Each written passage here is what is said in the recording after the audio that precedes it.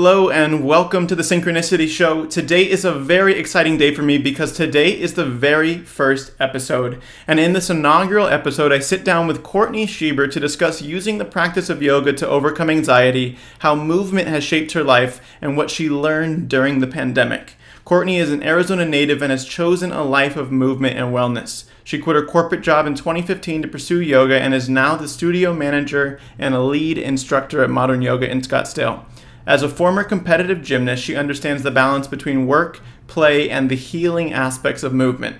Courtney is on a mission to help people discover yoga on the mat so that they can take yoga off the mat and into their daily lives. You can find her on Instagram at Courtney_yoga, her website at CourtneySheber, SHEBER.com, or by taking one of her classes at Modern Yoga in Scottsdale, Arizona.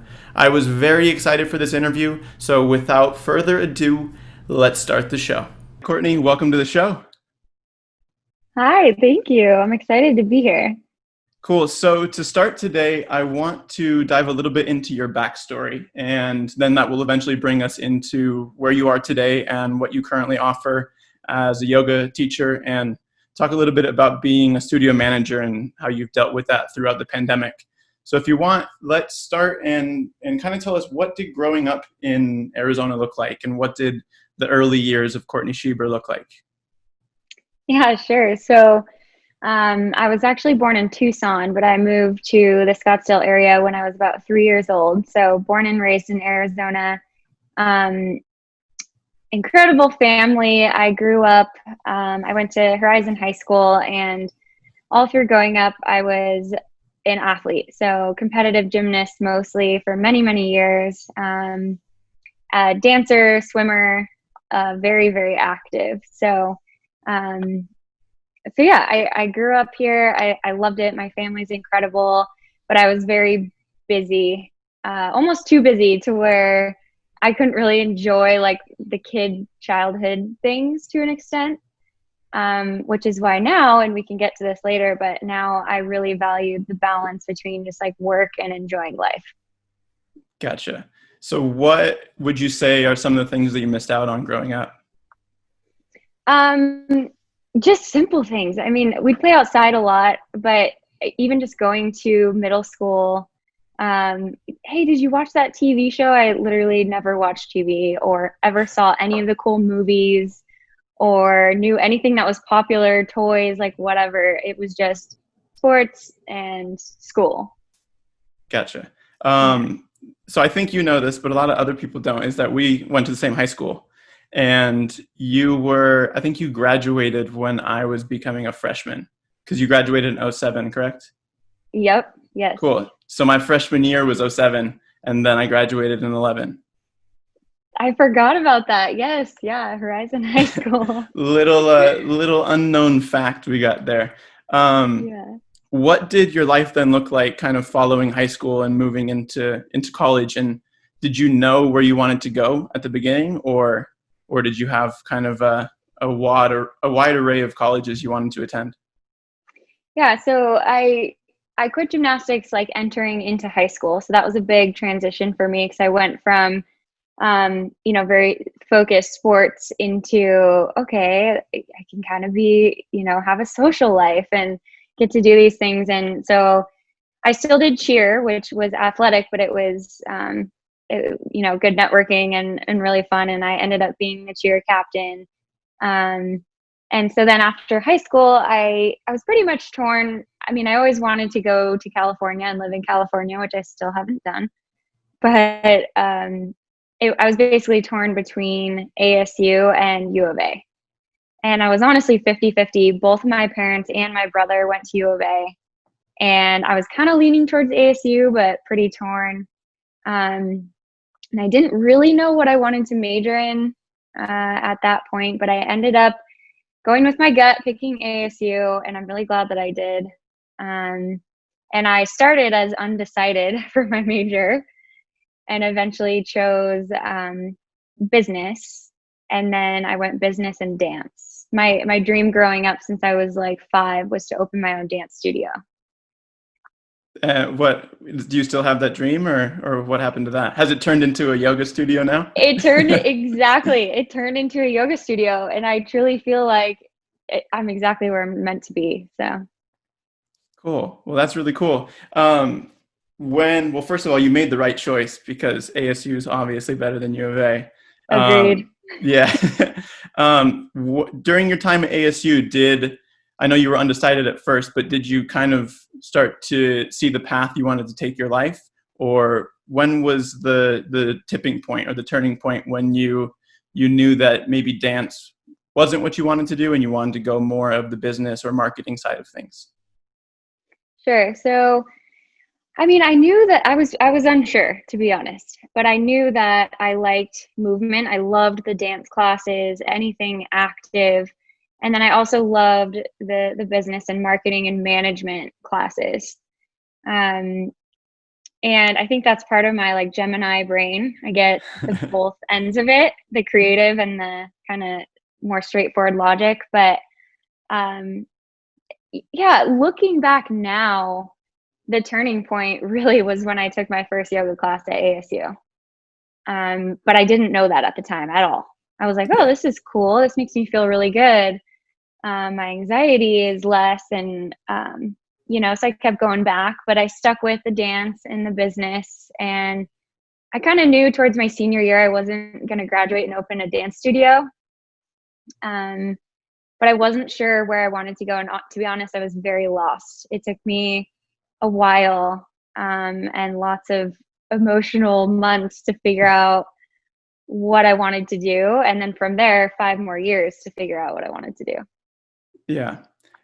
I feel how it happens with a lot of people too. They get a taste of yoga or a taste of movement or fitness or whatever it is, but it takes them years and years of removing layer of like social conditioning in order for them to realize that that's the path they want to be on, or that's the path that is really calling them. Because I know that's how it was for me. I had a taste of it, but I didn't know where to get more of it, or how to incorporate that into what I thought my life was becoming, you know? So, Totally. And I so think too, that, it's like you can have these passions for things, but at the time I was like, I can't make a career out of this. I thought it had to be 9 to 5. That's just kind of how I was raised. It was like, follow your dreams, but have stability. And so in my mind, I just thought I had to get this 9 to 5 job or 9 to 7, whatever, at a corporation and sit in a desk. And so I just wasn't as open-minded as I am now. so I want to come back to that in a little bit about the jumping into corporate life following college. But to begin, or to kind of continue on what you were saying, that yoga class you took in college, how did that come about, and what was the reasoning for taking that class? Yeah, good question. So I honestly, I think it was just part of fulfilling my dance portion of my major. And it was like, I think it was yoga 101. And I had to like drive down. It wasn't even on campus. I had to drive like a mile. It was in like it wasn't even a classroom. I don't know. But I remember every single week I looked forward to that class above anything else. And I was like, how do I get more of this? How do I add? Can I just do this class over and over? And so, yeah.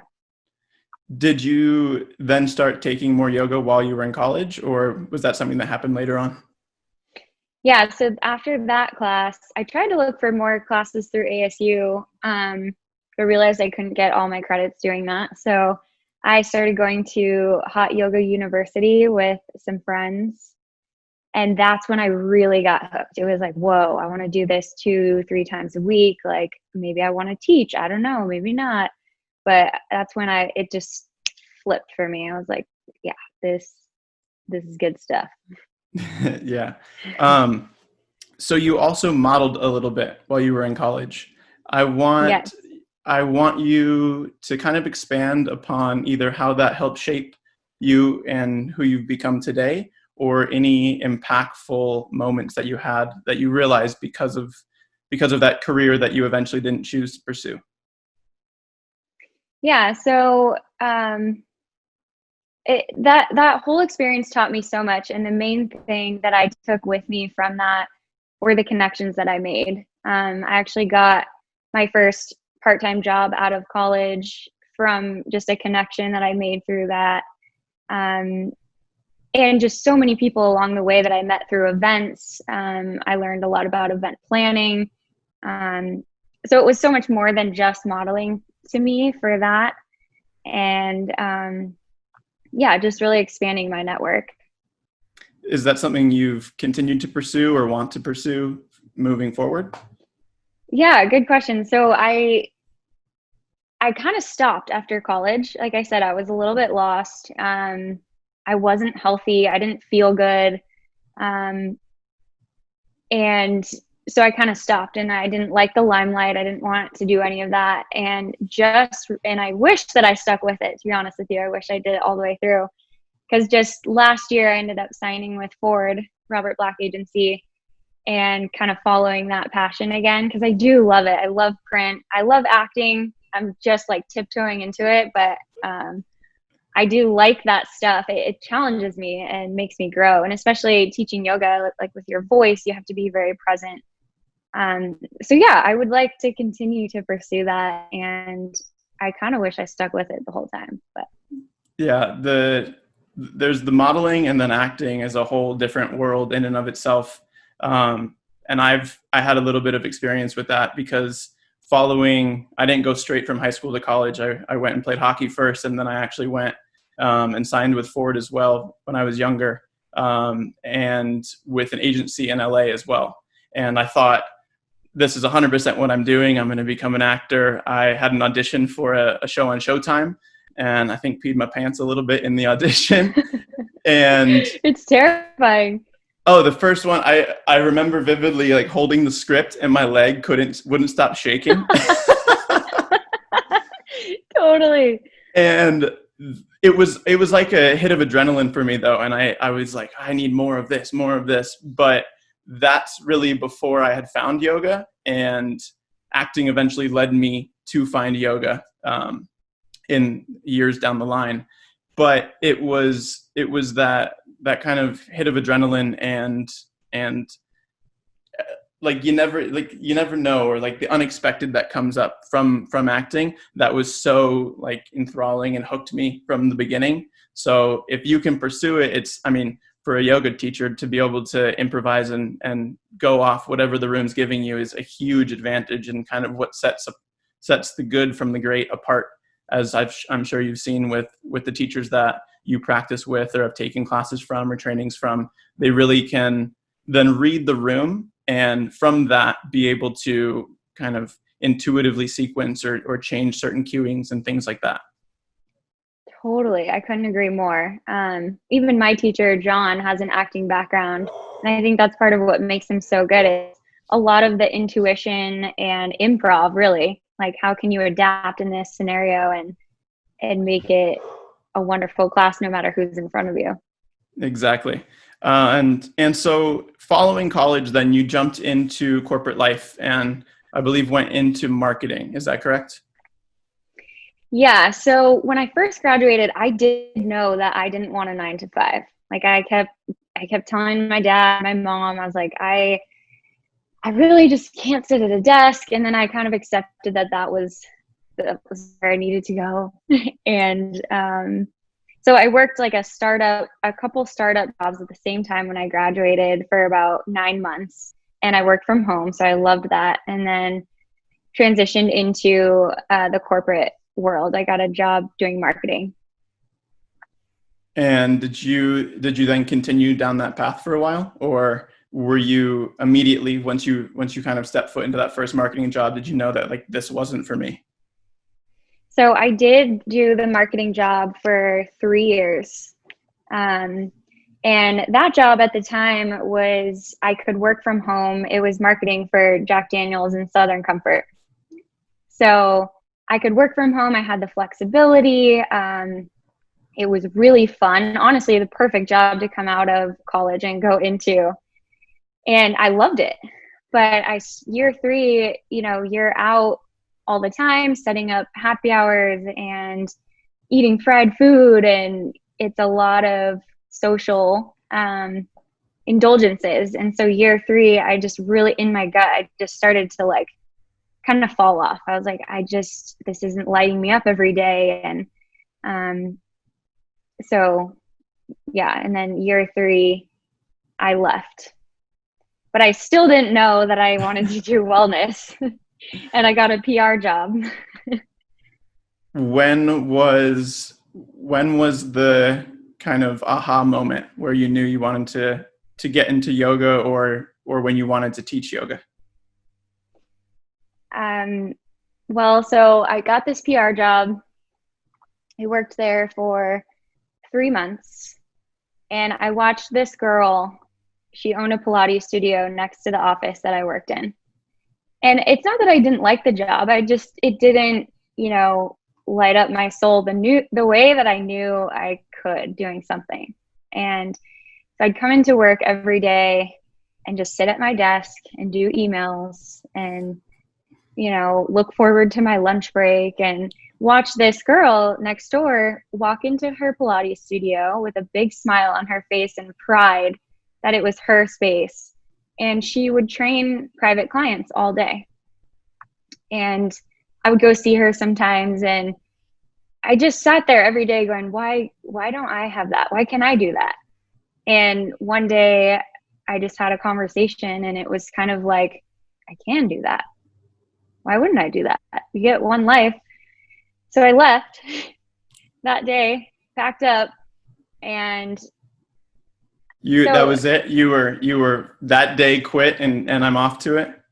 Seriously, yeah. It was like a ton of bricks just hit me. I was like, yeah, no, I'm done. And knew that I would not go back to something like that. So from that point, yoga just like, it was clear. I don't know. I was like, okay, I'm going to get certified. Even if I don't do this full time, I'm going to teach yoga. And then once I got certified, I was like, okay, this has to be my career. I don't care what I have to do. Talk to me a little bit about getting certified, what that process looked like, and maybe where you got your certification as well. Yeah, so I did a lot of research. As you can tell, I don't really like corporate stuff. I didn't want to do like a corporate training. I looked into a ton of places, and I took classes everywhere, and I walked into Dave's Ashtanga yoga, just a little like studio right in Scottsdale. And the second I took my shoes off, I go, yep, this is it.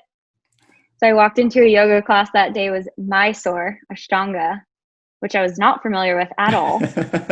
But I walked in, and anyone who knows that that's a very challenging sequence that is self-led. So, but I walked in, and I had 3 people, literally open arms. Come on, come to your mat. I'll show you where to start. And it just was like, this is it. So I did my 200-hour there, which I absolutely loved every second of it. I just dove in. I think I did the whole 200 hours in like 2.5 weeks. Yeah. And then I later did my 300-hour at Modern Yoga with John Salisbury. Do you remember who those 3 people were who greeted you that day? I remember one of them, I know for sure, was a woman named Barbara. Just a student who went there? Just a student, yeah. I mean, that's the hallmark of a great studio then, when the students are greeting new members coming in. Right? Yeah. Totally. Yeah, normally you have to pay people to do that. Exactly. And they showed me, hey, just start here. All you got to do is breathe. I was like, okay, I have no idea what I'm doing, but I got this. Thank you. What was it? Was it originally the Ashtanga practice that drew you in, or did you begin to focus on other styles of yoga? That's when I got more serious about it. Yeah, was with the Ashtanga, and I started to relate to like the gymnastics dance type stuff, just really geeked out on alignment and like the muscles and the bones and the tendons and like how everything's working and how you can make the poses deeper, the adjustments. And that's when I like just really started to absorb it and realize that I wanted to teach it. How did you then find, from going from Dave's Ashtanga, how did you find modern yoga after that? So my friend Katie texted me. She goes, "Hey, have you checked out modern yet?" And I go, I don't know what's modern." And she goes, "Modern yoga. John opened his own studio." I'm going, wow. So I went that night. They had free classes opening weekend. So I walked in just to take Donnie's class and with my roommate. And I walked up to the front desk and there's these two women there. The place is packed. Just there's a line. I came in at the last minute. I was like, "I'm so sorry, I have to fill out the waiver." And I looked at, I don't know what like called to me to ask this question because I wasn't even like looking for a job, but I looked at the front desk woman who is the owner. I did not know that. John's wife, Nicole. And I go, "Do you need help?" And she looked at me like, "Yeah, I do." And I go, "Well, I would come work here." And so I went and put my knock down and I came back and I gave her my email, or I got her email, and I went and took class. And long story short, sent her my resume that night, and she called me right away and goes, "Can you start tomorrow?" And so that's literally how I got my job at Modern Yoga. And That's how you became the studio manager of modern yoga. like, it just was so meant to be. I walked in at that moment, and, at the time, I took $10 an hour. That's where I started. $10 an hour at the front desk. And I was more than happy to do that. I just wanted to put myself in the yoga community, learn as much as I could every single day. And I was so happy just walking into that space. Had you started teaching classes at this point yet or not yet?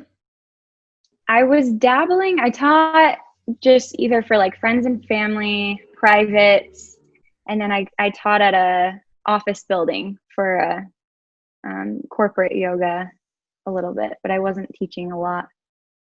So was the next step then for you, in your mind, was the next step then to do a 300 hour? Not yet. It was really just to start hopefully teaching classes and subbing classes. And so that was the beauty of kind of getting my foot in the door. I mean, I worked my butt off at the studio, but all day long I could listen to the alignment cues and take class and just really, really dive in. And so, and how it happened is I'd show up, and if a teacher canceled last minute or they couldn't come, I was at the desk. So I got to hop in, and I sucked when I started. It was terrible. Like, I was trying my best, but I just didn't have the experience. But I was in front of the right people, and I just started teaching, and the more I taught, the better I got. And then at that point, I decided I definitely need my 300 hour. What would be your number one tip or piece of advice that you'd give to someone just starting out teaching? Teach as much as you can. Just practice and get feedback. And one thing I didn't do for a long time that really helped me, because it's not comfortable to do, but tape yourself, film yourself teaching, and take your own class. It's eye-opening. Everything from voice to cues to how you're holding yourself. And you just learn so much I've done that so many times now. And you end up hearing your voice played back to you, and you don't know if that sounds like you or someone else, right? Yeah, you're like, why did I say that? Or I don't, I can say more here. I don't need to talk that much. It's just very eye-opening. So was there a pivotal point when you decided 300 was the next step, or was that always kind of your trajectory that you wanted to pursue? I did know that I wanted to do my 300 after I finished the 200 because I was just wanting more. And I always love learning. I'm constantly still doing trainings, workshops whenever I can, just to continue. But yeah, after I taught a few classes, it was like, okay, I need to get advanced training if I want to teach at this studio. Something that they required. It was suggested, but I was like, heck yeah, let's do it. Gotcha. So talk to me a little bit about running the studio and being the studio manager. What does a day in the life look like? What Do you have any horror stories you want to share, or anything that's come up throughout that process? And you've been there how many years now? I'm coming up on 5 years managing Wow. the studio. I know. And I was every about to day say feels 3. like, I know. I'm probably at 4.5. February will be 5. So, um, yeah, it's so much fun. It's the best job on the face of the earth. I get to um, work with incredible people. Like the students that come into this space are just so grateful. A, because they're yogis and have a positive, happy lifestyle, but B, I think the studio was so needed at the time that it opened. There just wasn't really anything like it. And so everyone that walks into that place is just beaming with joy. So it's really the people that light me up. I love like customer service and just problem solving, and it's different every single day. That's what I love. Yeah. So I want to backtrack a little bit here and go back to and when you initially found yoga, because you touched upon how it helped with your anxiety. And I want you to kind of dive a little bit deeper into your experience with that, and maybe if you notice what the anxiety stemmed from and how yoga then helped you cope with it, or use it as a coping mechanism. Yeah, sure. So anxiety is something I've struggled with my entire life since I was as young as I could remember. Just anxiety, feeling full, terrible anxiety attacks at the wrong moments. And it always depended on, like, if I could move or just take a walk or do anything movement, it always made me feel better. And I knew that. But just going to college and getting busy and then working after, I found that less and less in my life, that I was able to move and take the time to do something for me. And so, like, I remember even in college, just calling my dad, can you pick me up? I can't breathe.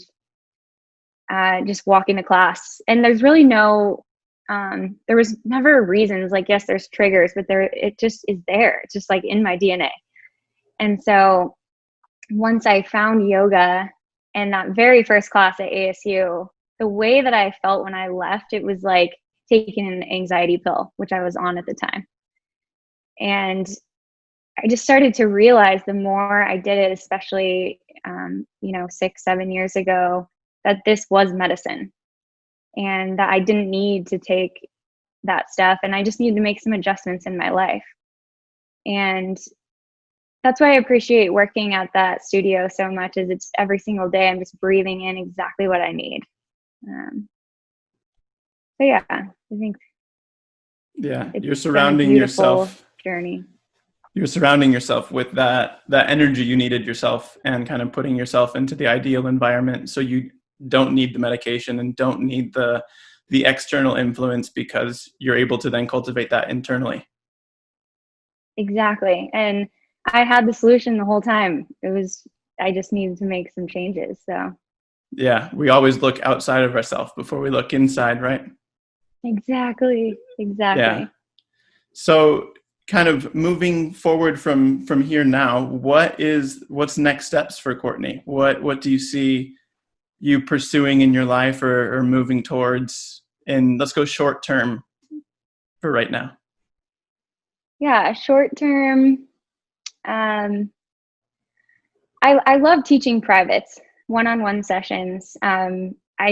I love getting beginners into yoga. So whether it's athletes that are really tight, or if it's someone who's dealing with anxiety that would like to get into yoga as a healing form, or just someone who likes to geek out about alignment like I do, or do handstands. So I'd like to build my private client base and do that a little bit more. I also love events, and that's starting to pick back up again. So like big DJ events outside is just like lights me up.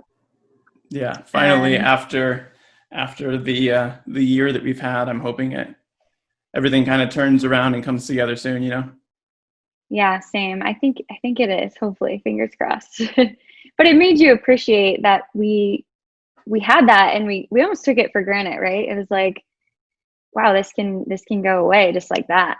And so there's an extra level of gratitude now, I think, for those things. Definitely. And I've said to a lot of people, the one maybe positive that has come out of the pandemic is a lot of people now consider health and wellness a necessity or a priority rather than a luxury. And prior to that, it was, I'll go to the gym or I'll go to that class and I don't have enough time. I'm not going to go. And now that people realize it can be taken away, same thing with travel and kind of that vacation you've always wanted to take or that destination you've always wanted to go to, you realize that it might not be there next year. And I see a lot of people now taking action and prioritizing their health and fitness and wellness rather than putting it off on the back burner.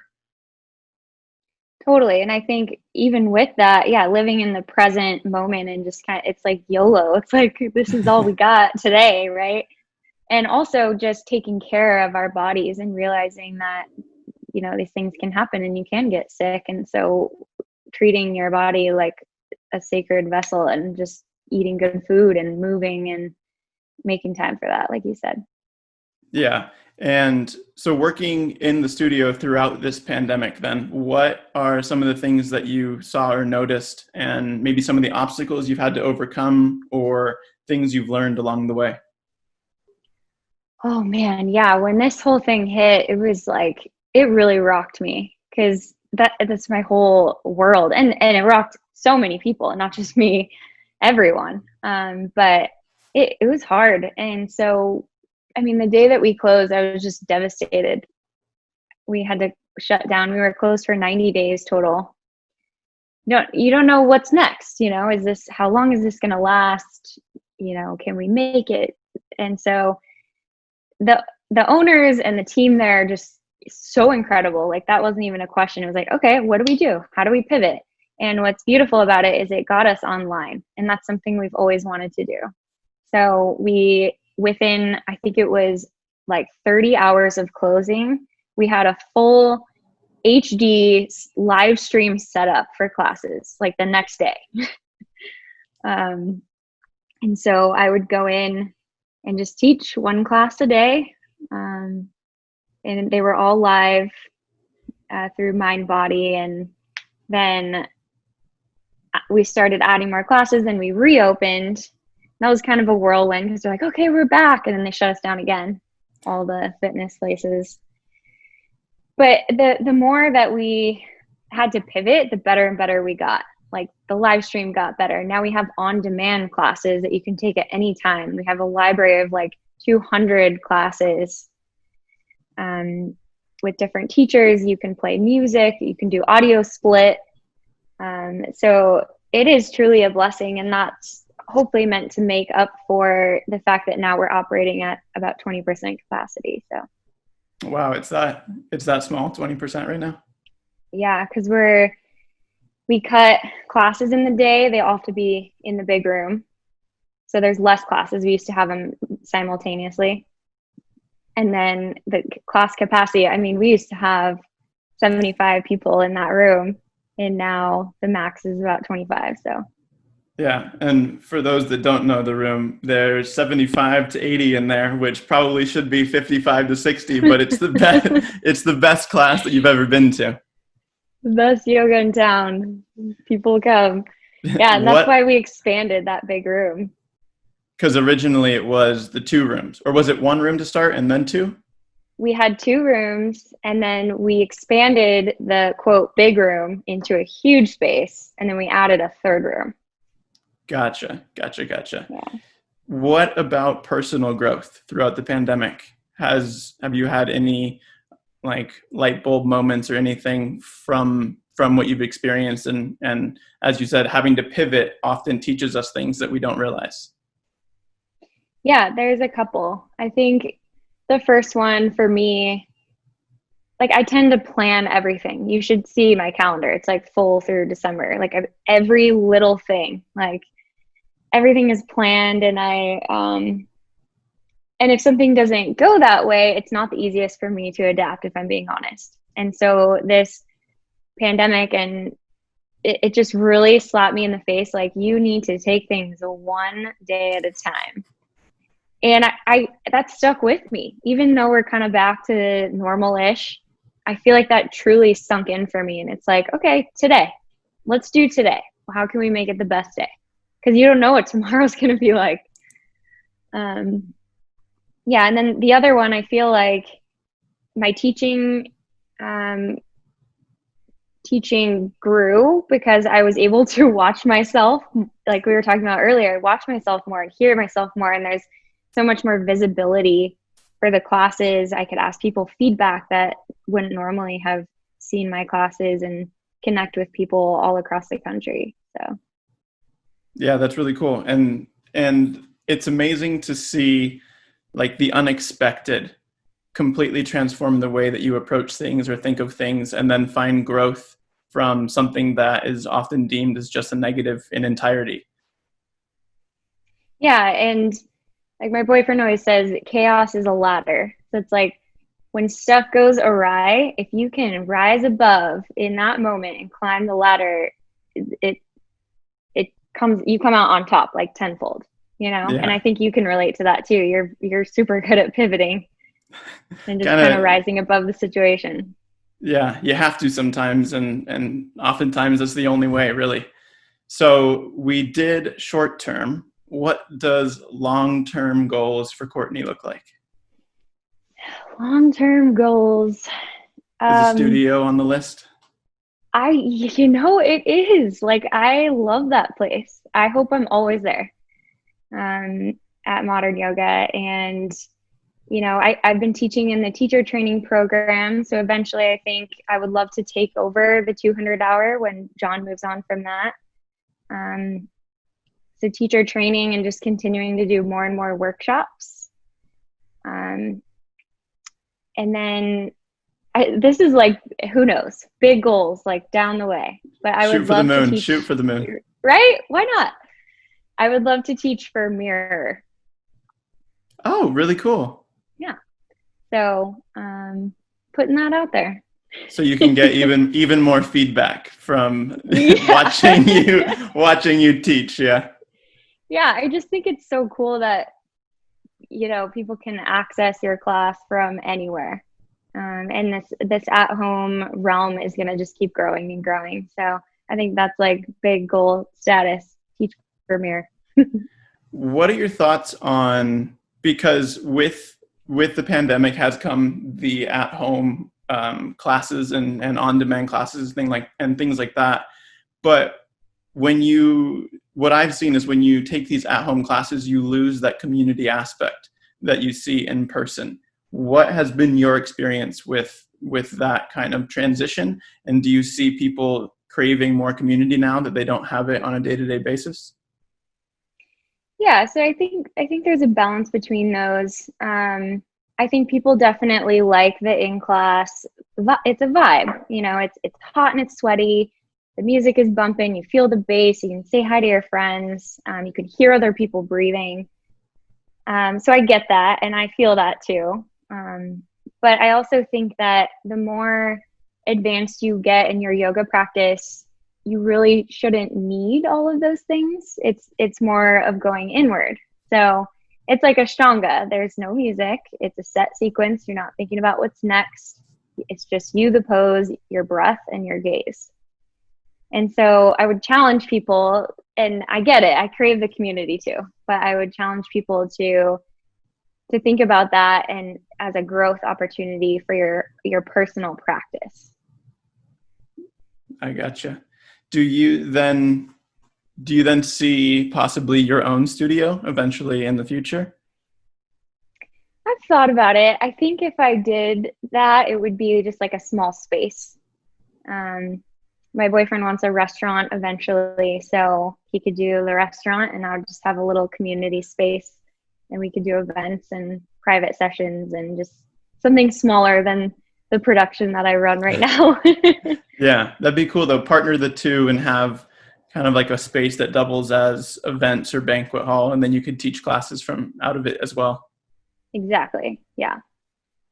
Awesome. Well, before we kind of wrap up here, there's a couple almost rapid fire questions I want to go through. So okay. The first one is, what does a day in the life look like? A day in the life. Well, I get up, drink my coffee. Usually I head to the studio. I'm like at the desk, actually working, greeting customers from about 9 to 2. Sometimes I hop in and teach the noon during that. Then I usually either have like a private client or something else, a podcast or whatever it may be in the afternoon. This is my first podcast, actually. And then I'll do my own yoga practice and meditation. And then honestly, just a little computer work. I'm a big entrepreneur, so I'm constantly like, okay, how can I collaborate? What can we do here? So connecting with people, and then I love to cook, so I'll usually cook dinner and try to get to bed. What's your favorite thing to cook? Oh man. Anything that challenges me. Like I'll pick the hardest recipes. I'm like, all right. And I take 3 hours and we'll just sit here and have a little wine and listen to music and dance. And it's like, that's my kind of meditation, to be honest. What was for dinner last night? Oh my gosh. Homemade Indian food, Southeastern Indian food. Yeah, Good. It was unreal. Tell me more. What I didn't was cook it? that one though. I didn't cook that one. Okay, what's the last one that you cooked? Let's see. What did I do last? I think I did like a vodka penne pasta, but the sauce took like 2 hours. Really? From scratch? Yes, from scratch. Like roast tomatoes, blend them up, it's just like going for hours. All the smells. Yeah, all the smells. Next one up is, what thing or activity has provided the biggest benefit to your life in regards to health and wellness? Well, definitely yoga. I also think getting outside and connecting to nature is just so important. Like I try to put my bare feet on the earth at least once a day. And sunshine too. So I'll even just sit outside if I feel I crave it. And I think we all do as humans, and we kind of forget that sometimes. So hiking, anything outside. Cool. Yeah, especially when we're forced indoors too. You don't realize how much you crave it or need it until, again, it's taken from you. Exactly. Next one is, if you could have a conversation with someone living or not, who would it be and why? Oh, I was just thinking about this last night. It would be my grandma. She was the sweetest woman ever. And she would just hug me so tight. She was so little. And I would just love to talk to her about, the future. And she'd always say to me, Courtney, you're a movie star. Grandma, I'm not, but I love you. Yeah, you are. And so I would just hug her and listen to her stories for hours. Is there anything in particular you'd want to ask her? How's heaven? Oh. What's it like? That's a great response. If you could tell your 10-year-old self one thing, what would it be? Be confident. Yeah, be confident and follow your heart. And finally, in your opinion, what is the single most important thing someone can do to live a happy, healthy, and fulfilling life? Move your body. Movement. It heals. Really cool. So right now, before we wrap up, is there anything else you'd like to add or say? You can do anything that you want to do in this life. You truly can. And there's struggles sometimes to get to where you want to be, but it's part of the journey, and you make sacrifices. And if you just stick to it and stay with your gut and your heart, you'll be successful in anything you try to do. Really cool. So where can people find you online, on social, and what's the best way to get in contact with you?